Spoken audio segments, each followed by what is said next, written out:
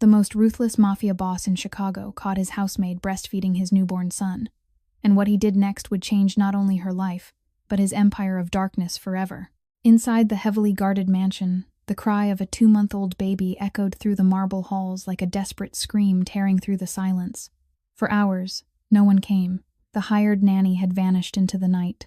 The mafia boss locked himself in his office, surrounded by maps of territory wars and blood money accounts, while his son's cries grew weaker with each passing minute. Downstairs, a frail young woman named Eliza Monroe scrubbed the same patch of cold stone floor over and over again, her hollow eyes staring at nothing.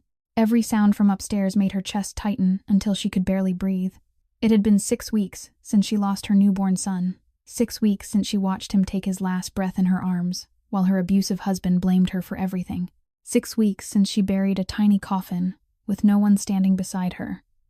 Since that night, every time a baby cried, something inside her shattered into 1,000 pieces, and tonight, that cry was calling to her like a ghost she could not ignore. If this story moves your heart, hit that like button and share it with someone who believes in second chances. Subscribe to our channel so you never miss another story that will make you cry, hope, and believe in love again. Now let us go back to the night that changed everything for Eliza Monroe. Eliza tried to focus on her work. She wrung the cleaning rag into the bucket, watching the dirt dissolve into the murky water, but her hands wouldn't stop shaking. The crying from upstairs drilled into her mind like a relentless bit, grinding down memories she had tried so hard to bury. She told herself it wasn't her business. She was only there to mop floors. She had no right to go upstairs. She had no right to touch anything that belonged to the mafia boss, Matteo Ricci. In this world, people like her were invisible ghosts, existing only to serve and disappear when they were no longer needed. One wrong step could cost her her job, or worse, her life. She had heard the stories about Matteo Ricci. They said he killed without blinking. They said he buried his enemies beneath concrete foundations. They said no one had ever betrayed him and lived to tell the tale. Eliza didn't know how much of it was true, but she knew one thing for certain: she couldn't take the risk. She needed this job. She needed every small coin to pay off the crushing hospital debt Ryan had left behind before he vanished. She needed to survive, even if her life no longer felt like it meant anything at all. But that crying, God, that crying, it sounded just like her son in the final hours of his short life. Weak, desperate, begging to be saved. Eliza closed her eyes, trying to force the image away. She remembered her child's blue lips. She remembered the warmth leaving his skin in her arms. She remembered Ryan screaming in her ear, blaming her for not saving the baby. He said she was useless. He said she had killed his son. Then he left, abandoning her to the wreckage. Eliza's tears fell onto the cold stone floor, blending with the dirty water. She hated herself for still being able to cry. She hated herself for still being able to feel pain. She had thought her heart had died with her son 6 weeks earlier, but it was still beating, still hurting, still shattering every time she heard a child cry. Then suddenly, silence crashed down. The crying stopped. Not the gentle kind of silence that comes when a baby has been soothed, but an abrupt cut, as if someone had crushed the sound mid-breath. Eliza froze. The mop slipped from her hands and struck the stone with a hollow echo in the empty space. Her heart clenched. She knew this silence. She had heard it once before. In the hospital, when the doctors stopped trying to revive her son. It was the silence of death. No, it couldn't be. Her feet moved before her mind could catch up. She ran for the stairs, her heart pounding as if it were about to burst from her chest. She didn't care about the rules anymore. She didn't care about the danger anymore. She didn't care what Matteo Ricci might do to her anymore. There was only one thought in her mind. She couldn't let another child die. Not in front of her. Not when she could do something. She had failed her own son. She hadn't saved him. But tonight, maybe fate was giving her a second chance. Eliza charged up the staircase, leaving her torn sandals behind at the foot of the stairs as they slowed her down. Her bare feet hit the icy marble steps, but she felt nothing except the terror swallowing her reason whole. The upper hallway lay in darkness, lit only by weak moonlight slipping through the windows. She ran toward the room where the crying had come from, where that deadly silence now waited. And as her hand closed around the door handle, Eliza didn't know that she was stepping into the moment that would change her life forever. The nursery door creaked open with a sound that sent a chill through her bones. A wave of stench hit Eliza full in the face, making her gag. It was the sour rot of spoiled milk, the heavy reek of diapers left unchanged, and something sickly sweet she recognized instantly. The smell of illness, the smell of death lurking nearby. Eliza stepped into the room, her eyes taking a few seconds to adjust to the darkness. Weak moonlight slipped through the thin curtains, washing over the white crib in a pale glow like the skin of a corpse. She moved closer, and what she saw made her heart stop for a brief, terrifying moment. Baby Leo lay motionless in the crib. His eyes were half closed, revealing a thin strip of frightening white. His skin was flushed from a raging fever, yet his lips were pale and cracked, with traces of dried blood clinging to them. His tiny mouth hung slightly open, struggling to draw breath, each one so shallow and faint that Eliza had to lean close just to hear it. He didn't have the strength to cry anymore. He was slipping away. Eliza reached out and touched his forehead, then recoiled as if burned. His skin was hot like live embers. The fever had been consuming his tiny body for hours without anyone noticing. She looked around the room and saw a baby bottle lying on the floor. The milk inside turned a cloudy yellow and reeking sour. Flies buzzed around its mouth. She couldn't believe it. Who could abandon a newborn like this? Who could leave such a fragile life to endure this kind of hell alone? Eliza spun around and ran into the hallway, screaming in despair. "Is anyone there? Please, someone help me. The baby needs help." Her voice echoed through the silent mansion, but no one answered. The cold walls swallowed her cries whole. She rushed to Mateo's study and pounded on the door again and again, but the room was completely soundproof. She ran downstairs to look for the guards, only to remember they were posted at the outer gate, hundreds of meters away. She didn't have time. Baby Leo didn't have time. Eliza ran back to the nursery, her breath ragged, tears streaming down her face. She stood beside the crib, looking down at the dying child, and suddenly she no longer saw Leo. She saw her own son. She saw his tiny eyes closing, his skin growing cold, his breathing fading second by second. She saw herself 6 weeks earlier, powerless as the fragile life she had brought into the world slipped from her hands forever. No, no, this couldn't happen. Not again. This time she wouldn't stand there and watch. This time she wouldn't let death take another child right in front of her. Eliza bent down, gently sliding her hands beneath Leo's burning little body and lifting him up. He was so light it terrified her. Light like a dried leaf, like a soul about to drift away. He didn't react when she picked him up, didn't cry, didn't move, just lay limp in her arms like a cloth doll.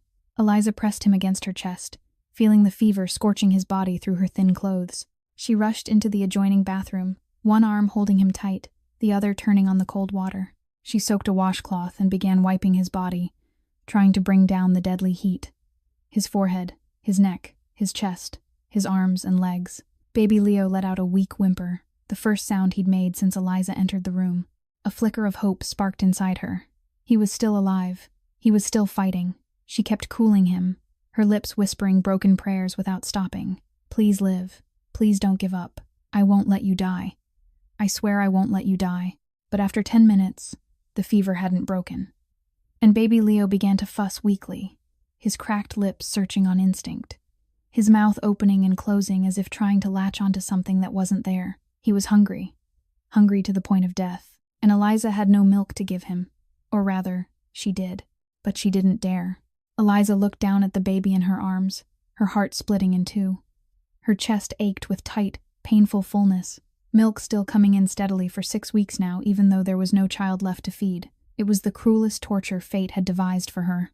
Every day she had to express that milk through tears, watching what should have sustained her child flow down the drain like waste. She had begged for the milk to dry up. She had wished her body would stop producing that meaningless liquid. But it kept coming, a relentless reminder that she had once been a mother, and now she was nothing at all. Baby Leo whimpered weakly in her arms, his mouth searching on instinct, his cracked lips brushing against the fabric of her blouse and beginning to suckle. Eliza's heart clenched. She knew she was standing at a point of no return. If she did this, she would cross every boundary. She would touch the son of the most ruthless mafia boss in Chicago in a way no one was ever allowed to. She could lose her job. She could lose her life. But if she didn't, this baby would die right in her arms, and she would have to live with that nightmare for the rest of her life. Tears streamed down Eliza's face as she looked at the tiny fever-flushed face. Baby Leo was innocent. He was only a 2-month-old child abandoned in the darkness, starving and sick, unseen by anyone, just like her son. Her child had also fought alone in his final hours while she stood powerless, watching doctors try and fail. Her baby had died without ever tasting a drop of his mother's milk. Because he was born too early. Because everything happened too fast. Because she hadn't had time to do anything at all. Eliza closed her eyes, and in the darkness behind her lids, she saw her son. She saw the tiny eyes that had never opened to look at the world. She saw the lips that had never touched his mother's breast. She saw the small hands that had never curled around her finger. Her son had died without ever knowing what it felt like to be held, to be fed, to be loved by his mother. And tonight, another baby was about to suffer the same fate. No. Eliza opened her eyes. The decision made. She wouldn't let it happen. No matter the cost, she would save this child. With trembling hands, Eliza unfastened her blouse. She sat down in the rocking chair by the window, where moonlight poured in and formed a gentle halo around her. She drew baby Leo close, lifted his head, and guided him toward her breast. He found his source of life instantly. His cracked lips latched on and began to nurse. Weak at first, then stronger and stronger. Eliza choked back a sob. That feeling, she had dreamed of that feeling for 6 weeks. The feeling of giving life. The feeling of nourishing a fragile soul. The feeling of being a mother. Her tears fell onto baby Leo's face, but he didn't care. He only nursed, as if it were the only thing left in the world. His eyes remained closed, but his tiny hands began to move, clutching at her blouse as if afraid she might disappear. Eliza held him closer, lowering her head to kiss the fine, silken wisps of hair on his scalp. "My child, I'm sorry," she whispered, not knowing whether she was speaking to baby Leo or to the ghost of her own son. "I couldn't save you. I failed you, but I won't fail again. I'll save you. I swear I'll save you." Time passed in silence. Baby Leo fed his fill and began to breathe more steadily. The fierce red of fever slowly softened, returning to the pale pink of a healthy newborn. His little fists stayed clenched in Eliza's blouse, unwilling to let go. She looked down at his peaceful face, and for the first time in 6 weeks, she smiled. A smile soaked in tears, a smile filled with pain, and with comfort all the same. She had saved him. The milk she had once cursed, the substance she had begged her body to stop producing, had turned out to be the miracle that saved a fragile life. Maybe this was why her body had kept making milk. Maybe this was the purpose fate had chosen for her. Maybe her son in heaven had sent this baby to her so she could be a mother once more, even if only for this brief moment. Eliza sat motionless in the rocking chair, holding baby Leo as he slept deeply in her arms. The room sank into stillness. The storm outside the window had eased, leaving only the soft patter of rain like a lullaby. She closed her eyes, savoring this rare moment of peace. She didn't know that in the hallway beyond, heavy footsteps were drawing closer. She didn't know that the nursery door was about to open. And she didn't know that the cold, steel-gray eyes of the Mafia boss were about to witness a scene that would change everything. The nursery door burst open with a sharp, jarring sound. Matteo Ricci stood in the doorway, his tall frame etched against the moonlight like a reaper stepping out of the shadows. His cold, gray eyes swept across the room and froze when they landed on the scene before him. A woman he couldn't even remember was sitting in the rocking chair by the window, her blouse open, his son cradled against her body with his lips still pressed to her breast. Moonlight bathed the two of them like a sacred painting, but to Matteo, it was an unforgivable violation. Eliza jolted awake. She lifted her head and felt the blood in her veins turn to ice when she saw the man standing at the door. She had seen Matteo Ricci from a distance a few times since working here, but never this close, never with that look. His eyes weren't human. They were the eyes of a predator, cold, ruthless, and simmering with restrained fury. The scar slashing through his left eyebrow stood as a warning of the violence this man was capable of. Eliza hurriedly pulled her blouse closed, but the movement made baby Leo stir and let out a soft whimper. She didn't dare put him down for fear of waking him, yet she didn't dare keep holding him in front of his father either. She was trapped, trembling like a rabbit beneath a wolf's fangs. "What the hell do you think you're doing here?" Matteo's voice cut through the room, low and hard as steel. He didn't shout. He didn't need to. Every word landed like a sledgehammer, crushing any thought of resistance. Eliza tried to speak, but her throat felt clenched tight. She swallowed, her voice shaking as she forced the words out. "Sir, I can explain." "Explain." Matteo stepped into the room, each footstep echoing like a war drum in the silence. "Do you think there's any explanation for what you're doing? You touched my son. You fed my son. Who do you think you are to dare do that? Eliza shrank back in the chair, instinct screaming at her to run, to beg, to do anything to escape this man's wrath. But another part of her, the part that had died with her son 6 weeks earlier, wasn't afraid anymore. She had already lost everything. What was there left to lose? Sir, the baby was dying, Eliza said, her voice still trembling but her gaze refusing to drop.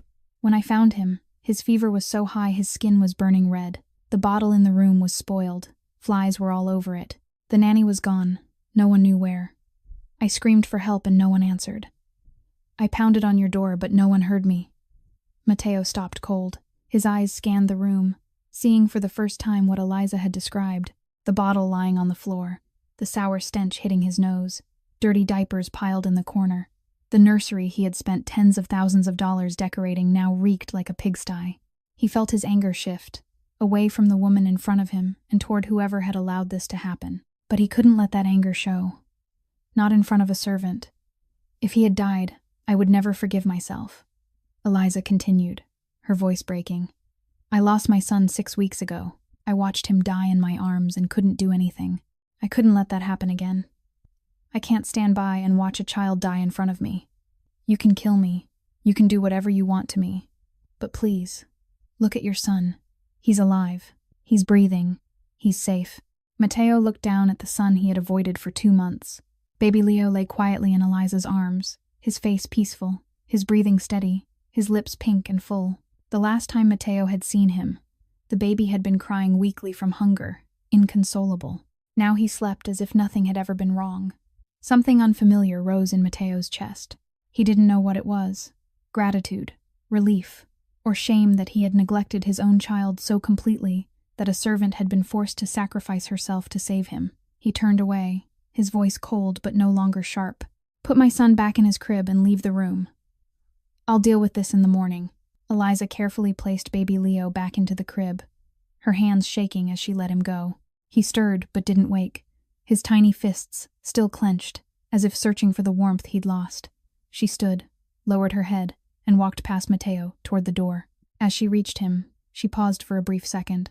The baby needs to be seen by a doctor. The fever has gone down, but he still needs to be monitored. Then she disappeared into the darkness of the hallway, leaving Matteo standing alone in the nursery with the son he had been too afraid to face for far too long. The clock in the grand hall struck 3 as the side door of the mansion creaked open. Veronica Hayes slipped inside like a stray cat, her high heels clutched in her hand to avoid making a sound. The scent of champagne and expensive perfume still clung to her, mingling with cigarette smoke from the nightclub. Her golden blonde hair hung loose and tangled, her makeup smeared after hours of dancing and laughing with her upper-class friends. She had had a wonderful night, spending her employer's money without anyone knowing. At least that was what she thought. She had barely stepped onto the first stair when the lights snapped on, blindingly bright. Veronica froze, her heart seeming to stop as she saw Matteo Ricci seated in an armchair at the center of the hall, his cold gray eyes fixed on her. Beside him stood Tony Marchetti, arms crossed, his expression anything but friendly. Sir Ricci. Veronica tried to summon her most charming smile, but the tremor in her voice betrayed the fear inside her. You're still awake? Where were you? Matteo cut in, his voice icy. Veronica swallowed, her mind spinning as it searched for the perfect excuse. Sir, the baby was sleeping peacefully, so I took the chance to go out and buy more formula. The kind the young master uses had run out, and the nearest shop didn't have it, so I had to go farther. I'm sorry I was gone so long. Matteo said nothing. He simply signaled to Tony, and the loyal bodyguard stepped forward and tossed a stack of photographs at Veronica's feet. She looked down and felt the blood in her veins turn to ice. The pictures showed her dancing in a nightclub, drinking with friends, laughing beside a strange man. Each photograph bore a timestamp, proving she had been there all night instead of buying milk as she had claimed. Tony had followed her from the moment she left. Matteo rose from his chair and walked toward Veronica with terrifying slowness. Do you think I'm stupid enough to believe you? Veronica backed away until her spine hit the wall. She knew she had been cornered. In Matteo Ricci's world, lying was a capital offense. She had seen what happened to those who dared deceive him. She didn't want to end like them. Her mind raced wildly, searching for a way out. Then she remembered what she had glimpsed while sneaking back in, the light in the nursery, someone moving inside. A vicious idea took shape. Sir, I'm sorry. I was wrong to leave tonight. Veronica suddenly dropped to her knees, her voice shifting into pathetic pleading. But do you know what happened while I was gone? Do you know who went into your son's room? Matteo frowned. He already knew about Eliza, but he wanted to see what this snake would say. Go on. That cleaning girl. Eliza, or whatever her name is. Veronica lifted her head, her eyes shimmering with fake tears. I've suspected her for a long time. She looks at the young master with a strange gaze. Sir Ricci. Obsessive. Unhinged. Like she wants to steal him. What are you saying? Matteo asked, his voice steady but his eyes darkening. You didn't know? Veronica pressed on, her tone growing more dramatic by the second. That girl lost her child 6 weeks ago. Her husband left her. She lost everything. A woman like that, who loses her child and is pushed to the bottom of society, do you think her mind is still normal? She craves a baby. She looks at the young master like he's her own child. I've seen her hovering near the nursery several times, pretending to clean but really spying on the baby. Veronica stood and moved closer to Matteo, her concern flawlessly performed. I didn't dare say anything, because I was afraid you'd think I was making things up. But tonight, when I got back, I saw the light in the nursery. I was about to check when you appeared. Sir Ricci, you have to be careful with that girl. She lost her child. She's gone mad. Who knows what she might do to the young master? Matteo remained silent, but Veronica's words seeped into his mind like poison. He remembered Eliza's eyes when she looked at Leo. Pain-filled, hungry, loving to a frightening degree. He remembered the way she held his son, as if the child were hers, as if she had a right. In Matteo's world, no one did anything without a purpose. No one sacrificed without demanding something in return. Eliza had said she saved his son because she couldn't watch a child die. But what if that was a lie? What if she truly wanted to take his son? What if she was a threat he hadn't recognized yet? Veronica saw the spark of doubt ignite in Matteo's eyes and knew she had won. She lowered her head, hiding her venomous smile behind a mask of worry. The floor cleaner would pay the price in her place, and Veronica would continue her game, with no one left to stop her. Matteo stood motionless in the middle of the grand hall, his cold gray eyes staring into empty space. Veronica's words still echoed in his mind like an alarm bell that refused to fade. He had lived in the underworld long enough to know that no one was kind without conditions. Every action carried a motive. Every sacrifice demanded a price, and the woman named Eliza had crossed a line that was far too great, far too intimate, far too personal to be explained by simple kindness. He remembered the way she had looked at Leo. That gaze wasn't the look of a servant at her employer's child.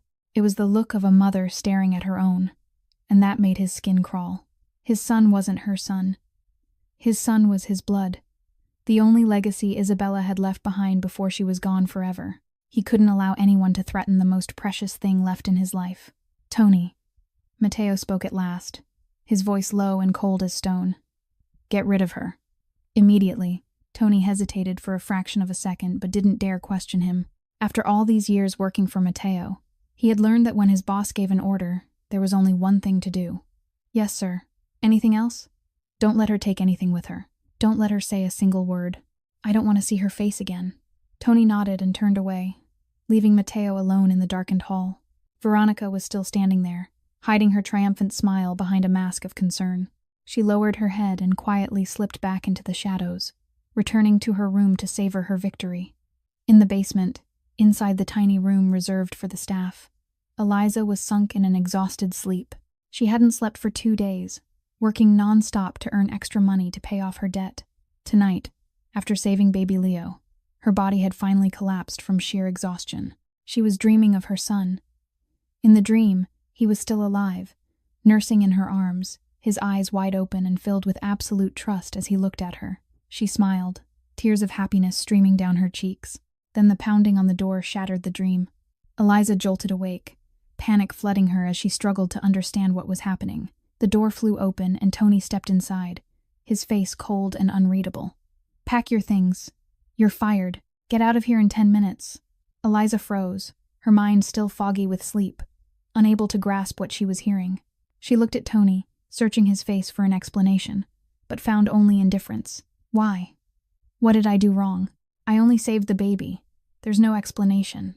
Those are the boss's orders. Tony cut her off, his voice unchanging. Leave now, or I'll have to use force. It felt as if someone had punched Eliza in the chest. She had saved his son's life. She had risked her own life so baby Leo wouldn't die alone and starving. And this was how she was repaid? Thrown out like a criminal? Not even given a chance to explain? "Please let me see Mr. Ricci," Eliza said as she stood, her voice breaking in desperation. "I need to talk to him. I need him to understand." "The boss doesn't want to see you." Tony grabbed Eliza by the arm and dragged her out of the room. "You've got nothing to pack. Let's go." Eliza struggled, but Tony's grip was like iron. She was pulled down the dark hallway, past the luxurious rooms she had cleaned day after day, past the front door she had once walked through with hope for a stable job. Now she was thrown out like something worthless. When the door slammed shut behind her, Eliza stood frozen in the night. Rain began to fall, icy drops striking her face like slaps. She looked down and realized she hadn't even had time to put on her shoes. Her bare feet stood on the freezing stone, not a single coin to her name, not a single person she could call. She had once thought her life couldn't possibly get any worse. She had been wrong. Fate still had far more suffering in store for her. And tonight was only the beginning. Rain poured down like a waterfall, turning the night into a curtain of black water that couldn't be seen through. Eliza walked along the road leading away from the estate, her bare feet striking the icy asphalt, cut and scraped by sharp gravel. Every step tore at her flesh, but she didn't stop. She couldn't stop. If she stopped, she would collapse completely. Her clothes were soaked within seconds, clinging to her thin body like a second skin. Freezing rain seeped into every fiber of her being, mixing with the hot tears streaming down her face. She didn't know whether she was crying or if it was just the rain anymore. Maybe it didn't matter. She passed through the massive iron gates of the Ricci estate, where the guards looked at her with the same indifference they would give a stray dog chased from its owner's yard. No one asked if she was all right. No one offered her an umbrella or a pair of shoes. In this world, she was nothing more than a meaningless speck of dust, blown away without anyone caring. Eliza kept walking, on and on through the rain that lashed like whips. She didn't know where she was going. Her shabby rented room was more than 10 miles away, and she didn't have money for a taxi. She didn't have a phone because she'd sold it to pay hospital debts. She didn't have anyone to call even if she had one. All she had were her bare feet and a heart shattered into a million pieces. Images of baby Leo filled her mind, his lips nursing in her arms, his tiny hands gripping her blouse, his peaceful face as he drifted into sleep. She had saved him.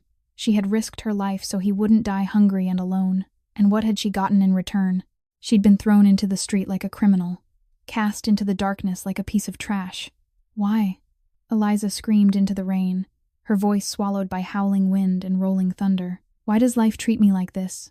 What did I do wrong? No one answered. There was only rain, wind, and endless darkness. She kept going, her feet beginning to bleed as gravel sliced into her skin. She couldn't feel the pain anymore, because her entire body had gone numb. Uncontrollable shivers ran through her, waves of cold rising from her spine. She remembered the night Ryan had thrown her out while she was 7 months pregnant.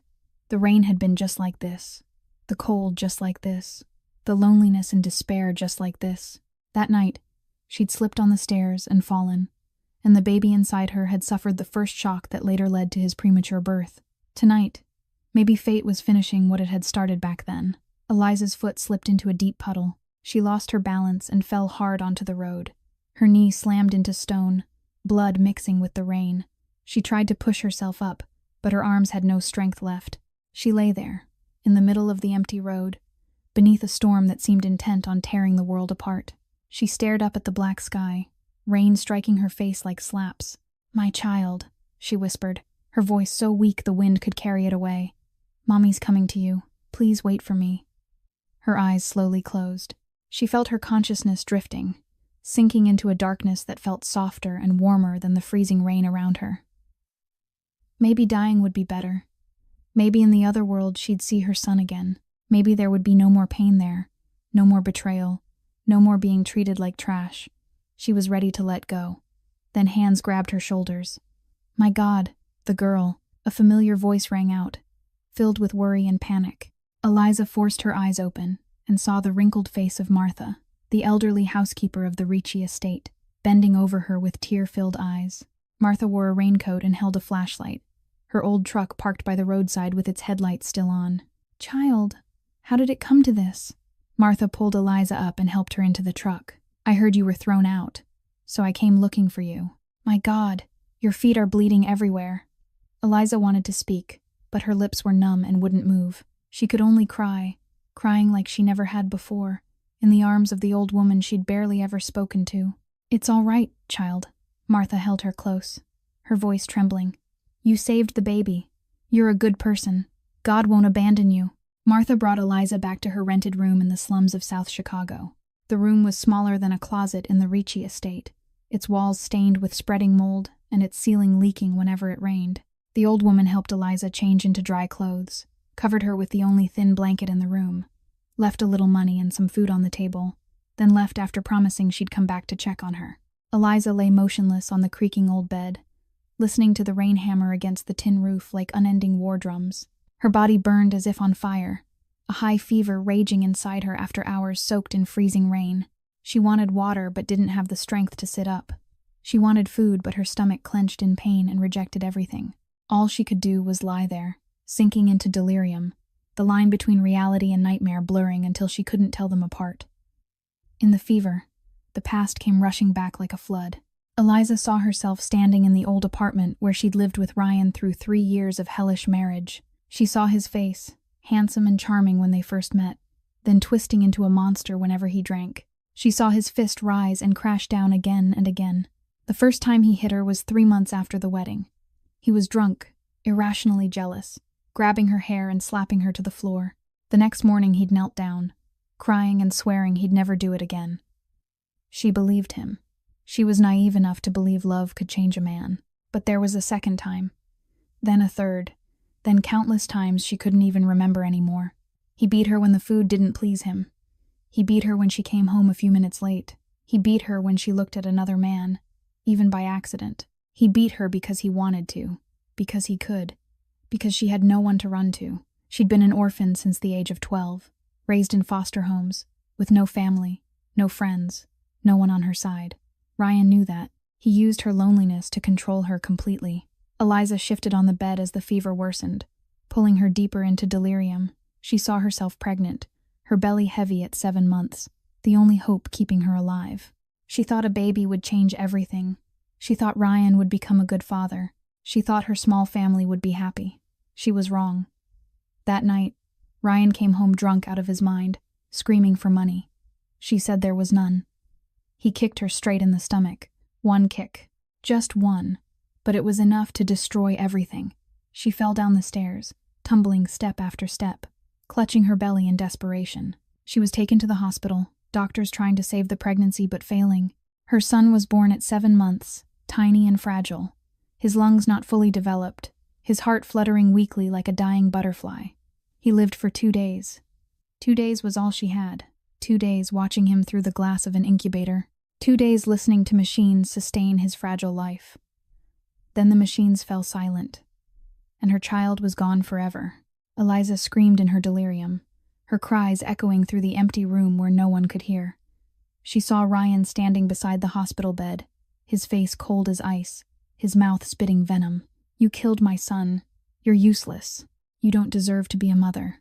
Then he disappeared, leaving her with crushing hospital debt and a heart that had died. Eliza opened her eyes, drenched in sweat, tears mixing with water dripping from the ceiling onto her face.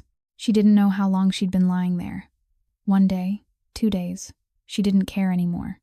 The food Martha had left sat untouched on the table, already starting to smell. The water bottle was long empty. She was hungry. She was thirsty. She was in so much pain she wanted to die. But she couldn't die. Fate wouldn't let her go that easily. It wanted her to endure more, to suffer more, to be wrung dry to the very last tear. Her chest throbbed with painful fullness. Milk still coming in, though there was no one to feed. She had to express it herself, watching the cloudy white liquid spill onto the filthy floor, wasted like her own life. She thought of baby Leo. She wondered if he was all right. She wondered if anyone was feeding him. She wondered if he still remembered her warmth. That was her last thought before she slipped back into darkness once more. While Eliza lay lost in a feverish haze in her miserable rented room, the Ricci estate was slipping into chaos of its own. Baby Leo began crying again the very next morning after Eliza was thrown out.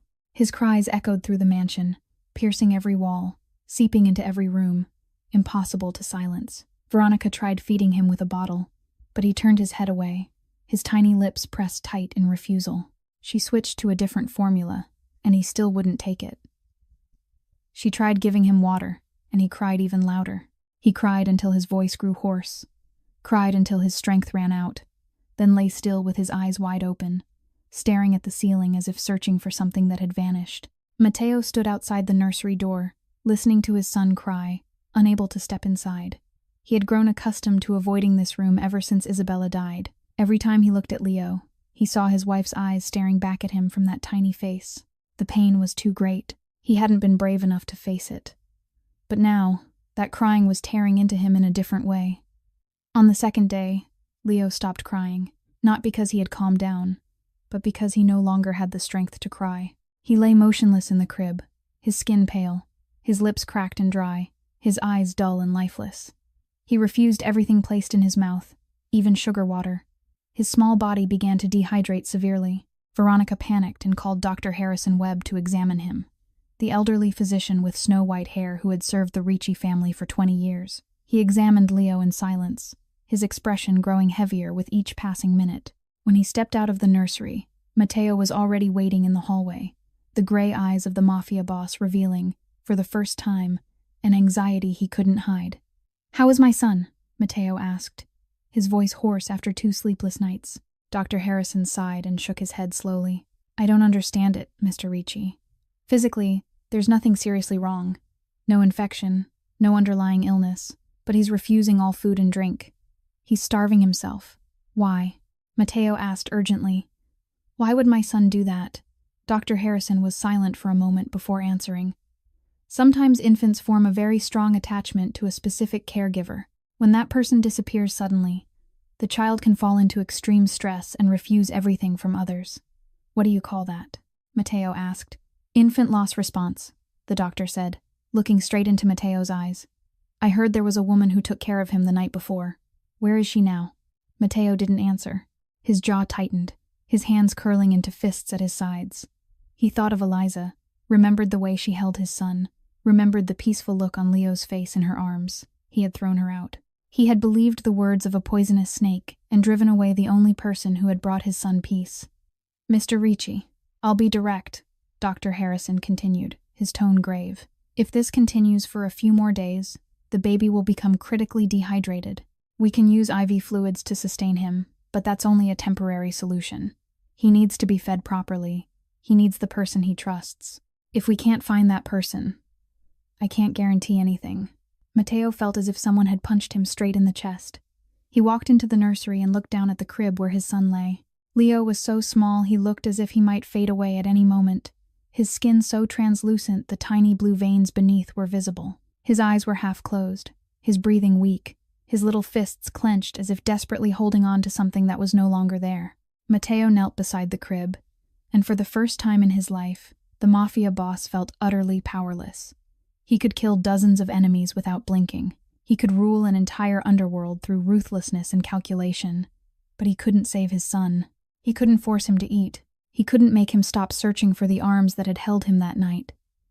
"My son, I'm sorry," Matteo whispered, his voice trembling. "I'll fix everything. I promise." Tony Marchetti had never trusted Veronica Hayes. From the first day she stepped into the Ricci estate with her blue eyes and seductive smile, he'd felt something was wrong. The instincts of a man who'd survived in the underworld for more than 10 years warned him that this woman was far more dangerous than her beautiful appearance suggested. So, after the night Eliza was thrown out, Tony quietly began watching Veronica. He wanted to know why she'd been so eager to frame an innocent housemaid.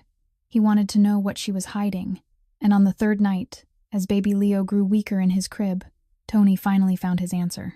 He stood outside Veronica's door, ear pressed to the narrow crack, listening as she spoke on the phone with someone. Her voice was nothing like the sweet, pitiable tone she used around Matteo. It was cold and calculating, like a venomous snake. "Everything's going exactly according to plan," Veronica said, her voice thick with satisfaction.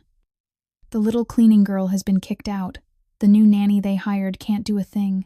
The baby's seriously ill, and Matteo Ricci is completely distracted. This is the perfect moment to strike." Tony held his breath, his heart pounding in his chest. He heard a man's voice on the other end say something.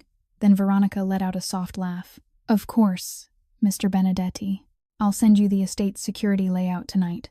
The guards' schedules, the main gate codes, the locations of Matteo's bedroom and the baby's room. I have it all. You just need to bring your people in. After Matteo's dead, you'll keep your promise, right? $5 million and a villa in Miami. Tony had heard enough.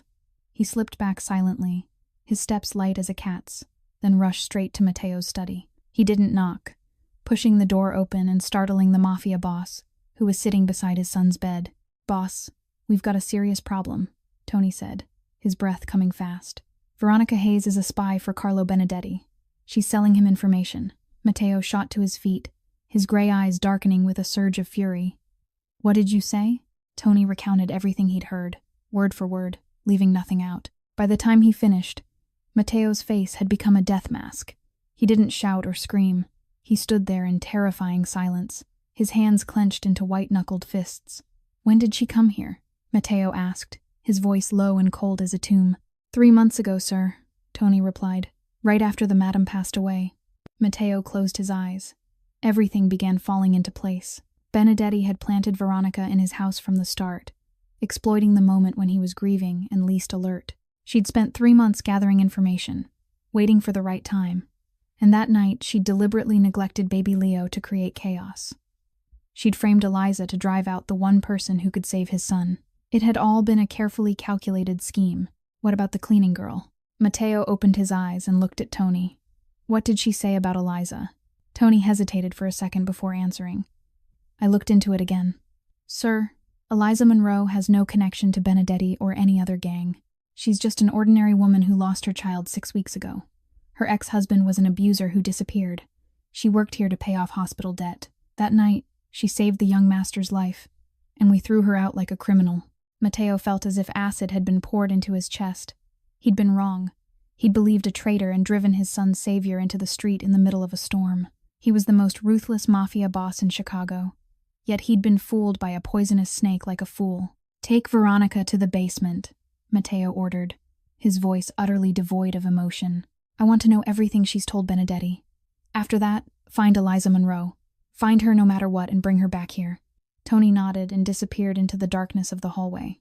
Matteo stood alone in the room, looking down at his son lying weakly in the crib. He'd made the greatest mistake of his life, and now he had to fix it before it was too late. The underground chamber beneath the Ricci estate was a place that made even the hardest criminals tremble. The room was built of reinforced concrete, completely soundproof, so that not a single scream could escape. This was where Matteo dealt with traitors, with those who dared challenge his authority.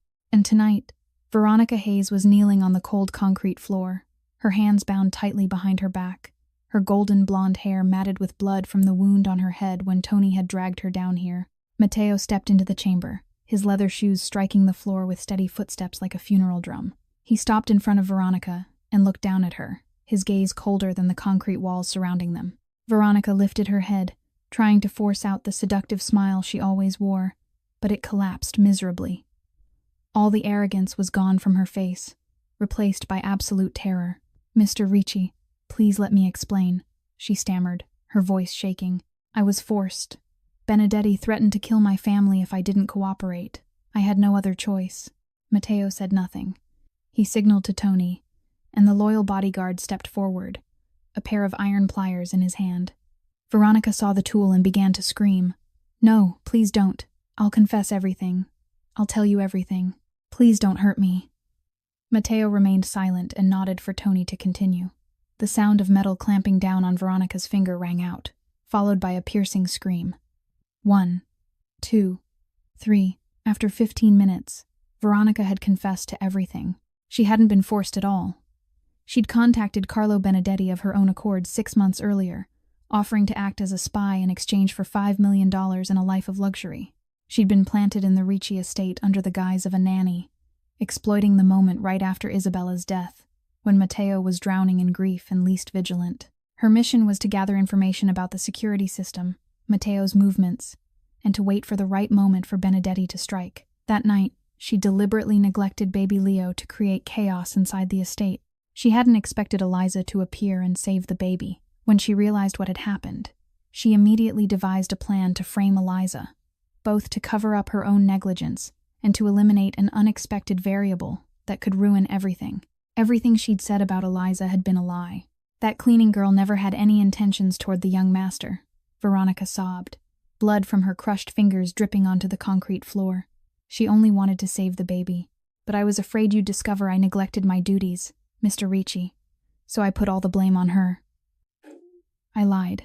Everything was a lie. Matteo felt the fury burning in his chest, but he forced it down.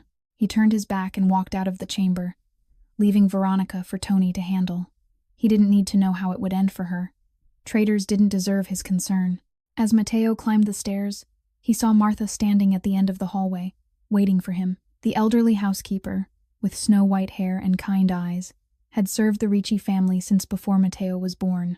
She was the only person in the estate who dared speak honestly to him without fear of consequence.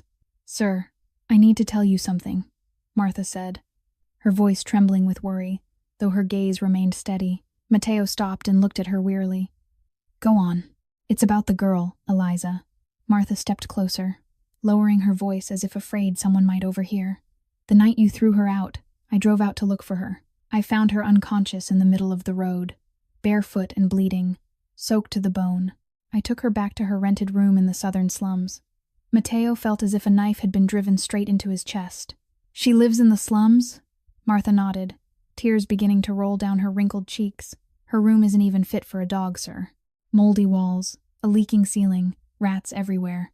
She worked here to pay off hospital debt after her child died. Her husband beat her for 3 years and then disappeared, leaving her with debt and a shattered heart." Martha paused, taking a deep breath before continuing. "She lost her newborn son just 6 weeks before she came here, sir. The baby only lived for 2 days after being born prematurely because his own father kicked his mother in the stomach. She buried her child alone, with no one beside her, and when she heard the young master crying that night, she ran upstairs to save him, even though she knew she could lose her life. She had no ulterior motive, sir. She was just a mother who'd lost her child and couldn't bear to watch another baby die in front of her." Matteo stood frozen like stone, each of Martha's words striking his conscience like a hammer. He'd thrown a woman like that into the street in the middle of a violent storm. He'd treated his son's savior like a criminal. He was a monster. "How is she now?" Matteo asked, his voice hoarse. Martha shook her head, tears flowing more freely. "I don't know, sir. I meant to go back and check on her, but the work here became overwhelming. I'm terrified. She had a high fever when I left her. She was so weak. I'm afraid she won't survive." Matteo didn't wait another second. He summoned all his men and issued orders in a voice that allowed no argument. "Find Eliza Monroe. Mobilize everyone. Search every alley, every rented room in the southern slums of Chicago. Find her no matter what, and report back to me immediately." His subordinates exchanged stunned looks. They had never seen their boss care about a servant like this. But no one dared ask a question. In Matteo Ricci's world, orders were absolute. They scattered at once, dozens of black cars tearing into the night like a pack of hunting wolves. Tony stepped up beside Matteo, his voice cautious. "Sir, you should stay and take care of the young master. Let us handle this." Matteo shook his head, his eyes fixed on some distant point as if he were seeing something no one else could see. "No, I have to go. I have to find her myself." Tony wanted to say more, but stopped when he saw the look on his boss's face. It wasn't the expression of a mafia boss issuing commands. It was the face of a man tortured by guilt, desperately trying to make amends before it was too late. They got into the car and plunged into the darkness. Matteo sat in the back seat, watching the streets of Chicago slide past the window. From the luxurious suburban estates, they moved toward the city center, then deeper into areas even the police hesitated to enter. The southern slums unfolded before him like another world. Crumbling old buildings piled against one another, shattered windows patched with cardboard and plastic bags. Trash overflowed onto the sidewalks, the stench forcing its way in even through closed car doors. Homeless figures huddled in dark corners, gaunt children rummaging through garbage for food. Matteo had lived in Chicago his entire life, but he'd never set foot in a place like this. He knew it existed. He knew thousands lived in extreme poverty, but he'd never truly seen it. His world was luxury mansions, expensive cars, million-dollar parties, and this was Eliza's world. This was where she returned after hours of scrubbing floors in his estate. This was where she'd stumbled back through a violent storm after he'd thrown her out. Matteo felt his throat tighten. Martha had given them Eliza's address, a decaying 3-story building at the end of a dark alley. Tony led the way, Matteo following behind, his expensive leather shoes stepping into filthy puddles and piles of trash he didn't even notice. Second floor, room 7. That was what Martha had said. They climbed the rotten wooden stairs that groaned under every step. The hallway was pitch black, lit by a single flickering bulb that looked ready to die at any moment. The smell of damp rot and urine made Tony grimace. But Matteo didn't slow down. They stopped in front of door number 7. Tony knocked, but there was no answer. He knocked again, harder. Still silence. Matteo lost patience. He shoved Tony aside and kicked the door himself. The rotting wood gave way after a single blow, bursting open to reveal the room inside. And what Matteo saw froze him at the threshold. The room was smaller than a bathroom in his estate. The walls were smeared with dark green mold, the ceiling gaping with a large hole where rainwater still dripped steadily onto the floor. An ancient bed with a paper-thin mattress sat in the corner. There was no refrigerator, no stove, nothing except a broken plastic chair and a plastic bucket catching the leaking water. And on that bed, Eliza lay motionless. Her body was curled beneath a flimsy blanket, dark brown hair plastered to her sweat-soaked forehead. Her face was ashen like a corpse, her lips cracked and dry, her breathing so faint her chest barely moved. Eliza. Matteo breathed her name, his voice a broken whisper. He rushed to the bedside and dropped to his knees on the filthy floor without hesitation. He reached out and touched her forehead, then recoiled as if burned. Her skin was hot like live embers. She was dying from a raging fever and exhaustion, alone in this wretched room with no one knowing. "Call Dr. Harrison immediately," Matteo ordered, his voice trembling for the first time in his life. "And get the car ready. I'm taking her back to the estate." Matteo didn't wait another second. He bent down, slid his arms beneath Eliza's frail body, and lifted her up. She was so light it terrified him, light like a dried leaf, as if most of her life had already slipped away. He held her against his chest, feeling the fever scorching her body seep through the expensive fabric of his suit. Her head lolled against his shoulder, dark brown hair plastered with sweat framing a face pale as death. She didn't react when he picked her up, didn't stir, didn't moan, just lay limp in his arms like an abandoned cloth doll. Matteo moved quickly out of the wretched room, through the foul-smelling hallway, down the rotting stairs. Tony ran ahead to open the car door, and the most ruthless mafia boss in Chicago stepped into the vehicle with a dying woman in his arms without looking back even once. He sat in the back seat, resting Eliza's head on his thigh, one arm holding her steady as the car tore through the night. This was the first time Matteo had held a woman like this since Isabella died. He looked down at Eliza's ashen face and noticed scars he'd never seen before. A faint mark on her wrist, the trace of rope burns. An old bruise turned yellow at her temple, cracks on her dry lips from days without food or water. How much pain had she endured before ever setting foot in his estate? How many hells had she survived that he'd never known about? And he had added to her suffering by throwing her into the street like a stray dog. "Eliza, can you hear me?" Matteo whispered, his voice hoarse as if someone were crushing his throat. "You have to live. Do you hear me? You're not allowed to die. I won't let you die." Eliza didn't answer. She drifted in delirium, her breathing faint like a candle in the wind, ready to go out at any moment. Matteo held her tighter, as if his arms alone could anchor her to this world. But he knew they couldn't. He could kill dozens of enemies. He could command an entire criminal empire, but he couldn't order death to stop. The car raced toward the estate at a reckless speed, Tony driving like a man possessed through the empty Chicago streets at midnight. When they arrived, Dr. Harrison was already waiting at the front entrance with a medical team and emergency equipment. Matteo carried Eliza out of the car and straight inside, not stopping to explain a thing. "Take her to the living room," Dr. Harrison instructed his team. "Prepare IV fluids and fever-reducing medication immediately." They laid Eliza on the long sofa, and the doctor began a rapid examination. He checked her pulse, measured her blood pressure, shone a light into her eyes. His expression grew more grave with every passing second. Matteo stood beside them, his hands clenched into fists, his eyes never leaving Eliza for a moment. "How is she?" he asked, his voice stretched tight like a wire about to snap. "Her condition is very serious, Mr. Ricci," Dr. Harrison replied, as he injected medication into Eliza's vein. "Prolonged high fever, severe dehydration, acute malnutrition. She hasn't been eating or drinking properly for days. Her body is at its absolute limit." "Will she survive?" Matteo asked, and for the first time in his life, real fear crept into his voice. I'll do everything I can, Dr. Harrison said, meeting his gaze, but she's extremely weak. The next few hours will decide everything. All we can do now is wait and pray. Matteo wasn't a man who believed in God. He'd lived in darkness for too long, his hands stained with too much blood to imagine someone above watching over him. But tonight, he found himself praying. He sat down in the chair beside Eliza, watching her lie there with the IV line in her arm, an oxygen mask covering her nose and mouth, the heart monitor beeping steadily. He remembered the night Isabella died, how he'd sat like this, watching his wife slip away while he could do nothing. He couldn't let it happen again. He couldn't lose another woman because of his own mistakes. Eliza, I'm sorry, Matteo whispered, his hand closing around her ice-cold fingers. I treated you cruelly. I believed a traitor and threw you away like trash. I don't deserve your forgiveness, but please live. Please give me a chance to make it right.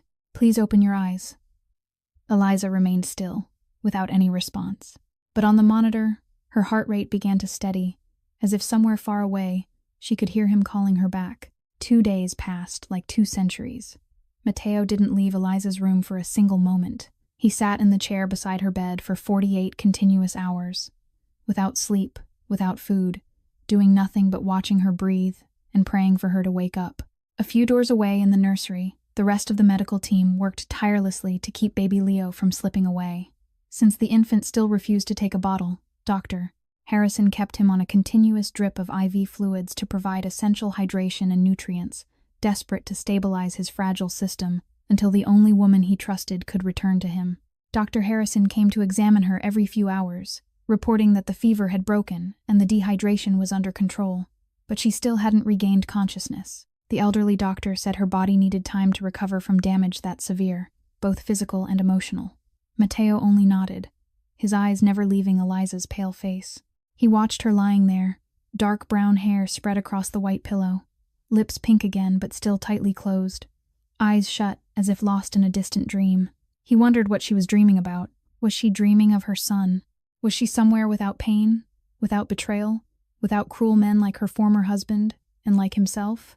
On the morning of the 3rd day, when the first sunlight slipped through the curtains and filled the room, Matteo saw Eliza's eyelashes tremble.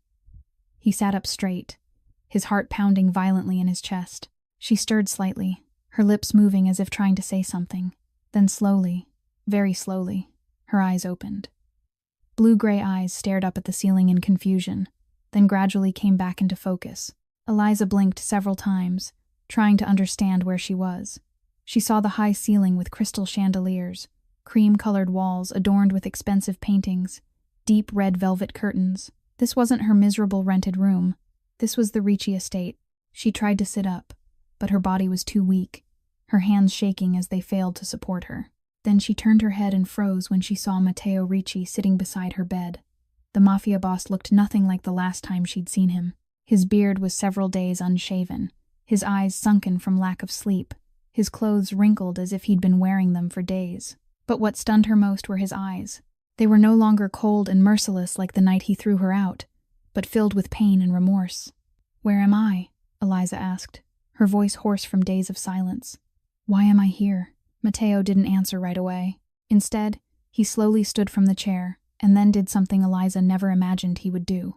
He knelt beside her bed, his head bowed low, broad shoulders trembling as if carrying the weight of the entire world. "Eliza, I'm sorry," Matteo said, his voice deep and broken with emotion. "I was wrong. I believed a traitor and threw you out like a criminal. You saved my son's life, and I treated you like trash. I'm a monster.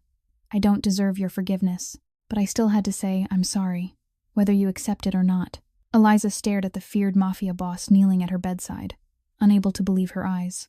This was the man all of Chicago feared, the man who killed without blinking, the man who held the power of life and death over thousands, and he was kneeling before her, a cleaning woman with nothing but calloused hands and a shattered heart. But Eliza didn't think about that. She didn't think about the apology, didn't think about the nights she'd nearly died in her miserable room, didn't think about the injustice she'd endured. She thought of only one thing. "How is the baby?" Eliza asked anxiously. "Is Leo all right? Has something happened to him?" Matteo lifted his head, his eyes widening in surprise. She'd just survived the edge of death. She'd been thrown into the street like a criminal. She'd nearly died of fever and exhaustion. And the first thing she asked wasn't about herself, but about his son. "Leo hasn't eaten since you left," Matteo replied, his voice thick with emotion. "He refuses everything. The doctor says he's growing weaker from starving himself. He needs you, Eliza. He needs only you." Tears flooded Eliza's eyes and streamed down her gaunt cheeks. She tried to sit up, her body still weak but her will stronger than ever. "Take me to him," she said, her voice trembling but firm. "Please take me to him right now." Matteo stood and gently helped Eliza from the bed. She didn't have the strength to walk, so he lifted her into his arms, careful as if holding something priceless and fragile. He carried her to the nursery, where baby Leo lay barely alive in his crib, an IV line attached to his tiny hand. When Eliza saw him, she broke down, sobbing. She reached out, and Matteo understood, placing her in the rocking chair beside the crib. Eliza bent down and lifted baby Leo with trembling arms. He was much lighter than the night she saved him, his skin pale and so translucent that tiny blue veins were visible beneath it. But when he settled into Eliza's arms, a miracle happened. His eyes opened and looked up at her, and his tiny lips began to move, searching. He recognized her. He remembered her warmth. Eliza cried and smiled at the same time, holding him to her chest and nursing him like that first night. Leo latched on immediately, eager and strong, as if he'd been waiting for this moment for days. Matteo stood in the doorway, watching the scene with tears in his eyes. He saw his son come back to life in the arms of the woman he'd nearly destroyed. He saw a miracle unfolding before him, and he knew he'd do anything, absolutely anything, to protect these two people for the rest of his life. 1 week passed in a fragile, borrowed calm. Eliza stayed at the Ricci estate to care for baby Leo, no longer as a servant, but as an honored guest of the master of the house. She was given a private room right beside the nursery. New clothes, proper meals, everything she needed. Baby Leo recovered with miraculous speed. He nursed regularly, slept peacefully, and began to laugh out loud whenever Eliza held him.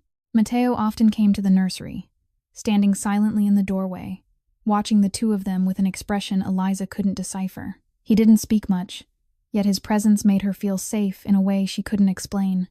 But peace never lasted. Carlo Benedetti realized his plot had been exposed when Veronica vanished. He knew Matteo would hunt him down, so he chose to strike first.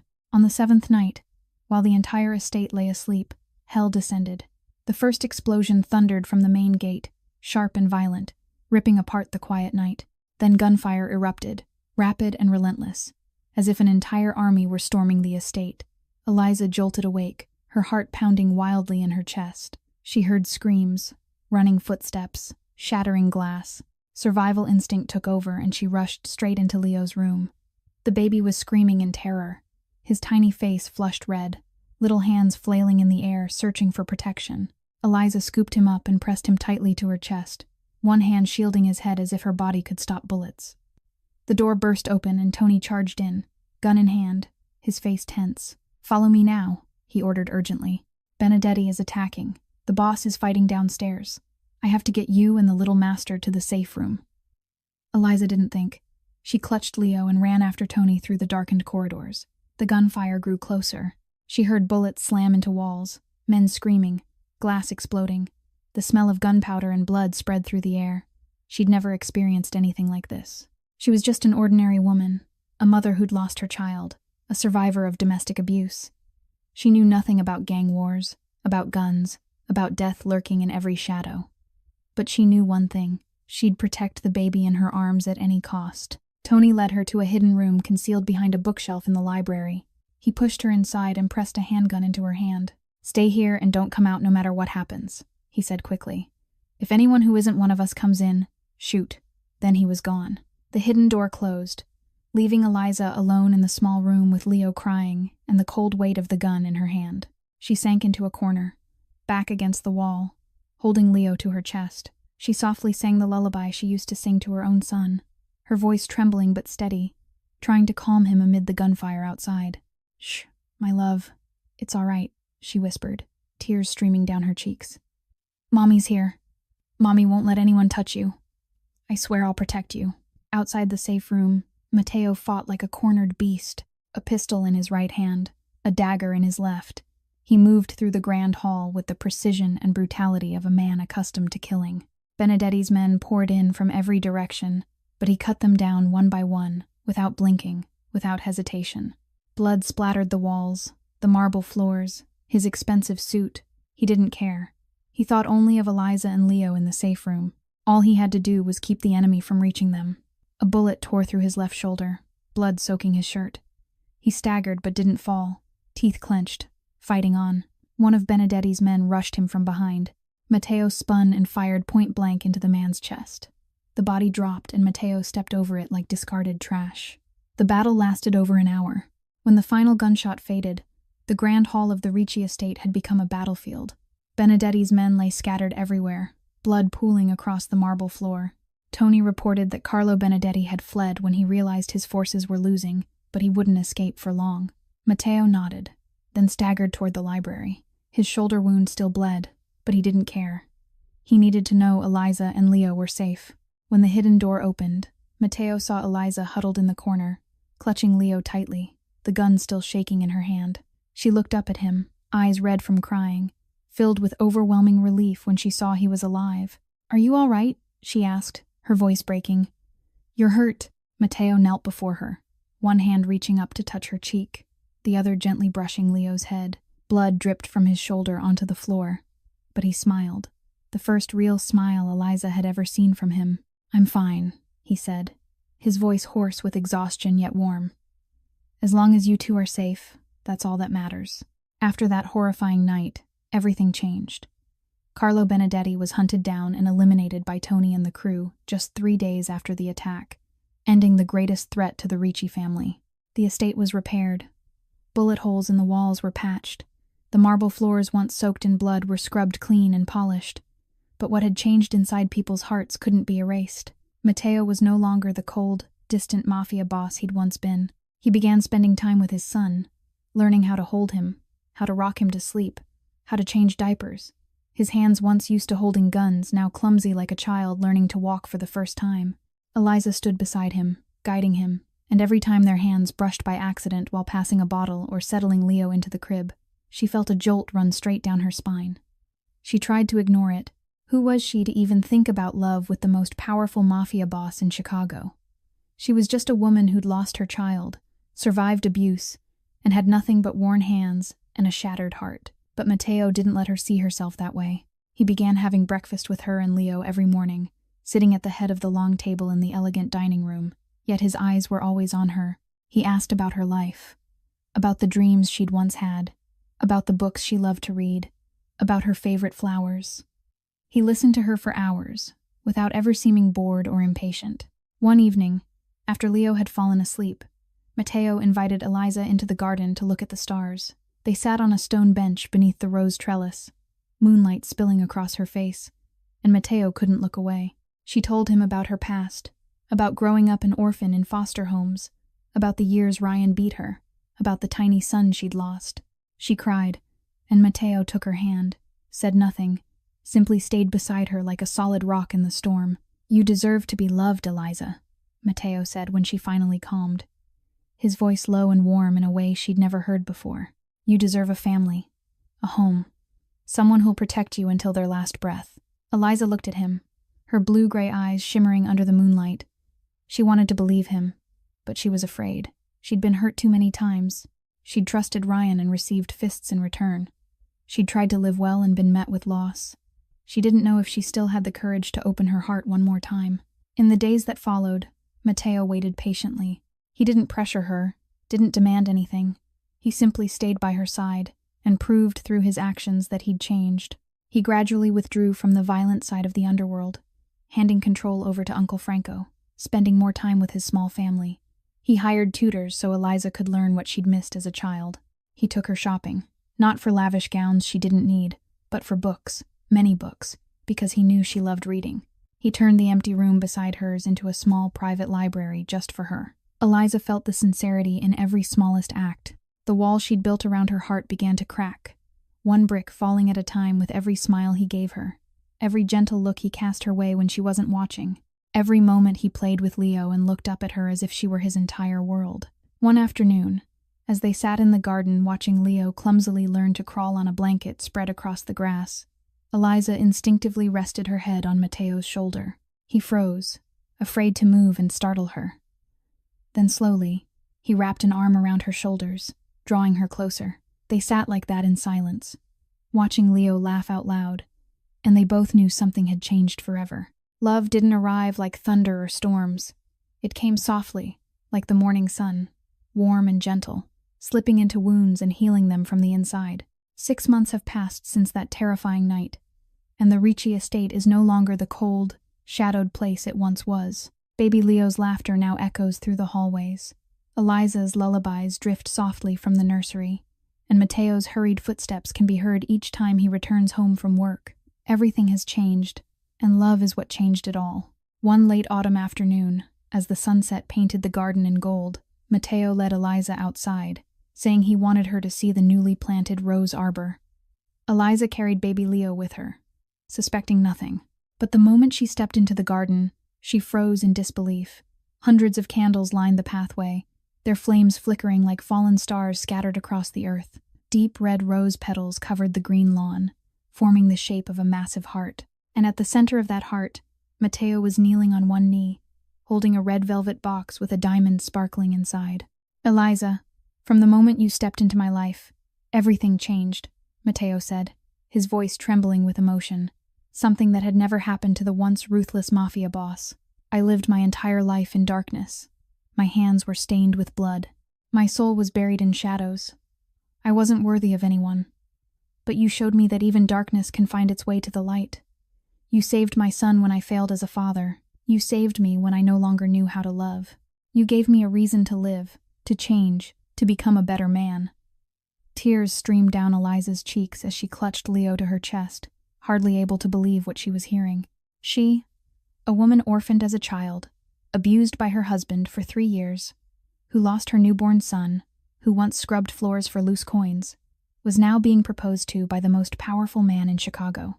I'm not asking you to love me for money or power, Mateo continued, his gray eyes fixed on her with profound devotion. I'm asking you to give me the chance to love you every day, to protect you until my final breath, to be Leo's father and the father of any children you want to have. Eliza Monroe, will you become my wife, the mother of my son, and the light of my life? Eliza broke down in sobs, not from sorrow like so many times before, but from overwhelming happiness. She nodded, her voice choking as she spoke the 2 simplest and most sacred words. I will. Mateo stood, slid the diamond ring onto her trembling finger, and pulled both mother and child into his arms. Baby Leo laughed out loud, his tiny hands patting his father's cheek as if offering congratulations. The wedding took place 1 month later, not a lavish ceremony with thousands of guests as people might expect from a Mafia boss, but an intimate celebration in the garden with only their closest loved ones present. Eliza wore a pure white dress, her dark brown hair swept up, a bouquet of deep red roses in her hands. She looked like an angel, and Mateo couldn't take his eyes off her for a single second. When he kissed his bride before everyone, baby Leo clapped and laughed in Martha's arms, as if he understood that he finally had a real family. 1 year after the wedding, the Ricci estate welcomed a new member. Eliza gave birth to a beautiful baby girl and named her Isabella, after Mateo's late wife, as an act of remembrance and gratitude. Mateo held his newborn daughter, looked at his wife lying in the hospital bed with a tired yet radiant smile, then looked at Leo curiously, watching his new baby sister, and he knew his life was finally complete. The estate that was once cold now overflowed with children's laughter. The man who once killed without blinking now spent hours reading fairy tales to his children. The woman who once scrubbed floors in humiliation was now the respected mistress of the family. They found each other in the darkness and walked into the light together.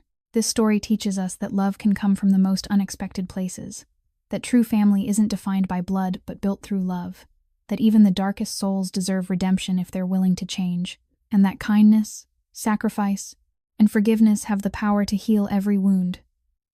Eliza lost everything, yet she never lost her compassionate heart. Mateo had everything, but only when he met Eliza did he understand what true happiness really meant. If this story touched your heart, please subscribe to our channel, like and share this video with the people you love so they can listen to meaningful stories like this every day. We'd love to know how you felt after watching this story. Do you believe love can change a person? Have you ever met someone with a heart as kind as Eliza's? Share your thoughts in the comments below. We truly look forward to hearing what's in your heart. Wishing everyone watching this video good health, a joyful life, a happy family, and peace in every single day. Thank you for being with us. Goodbye, and see you again in the next video.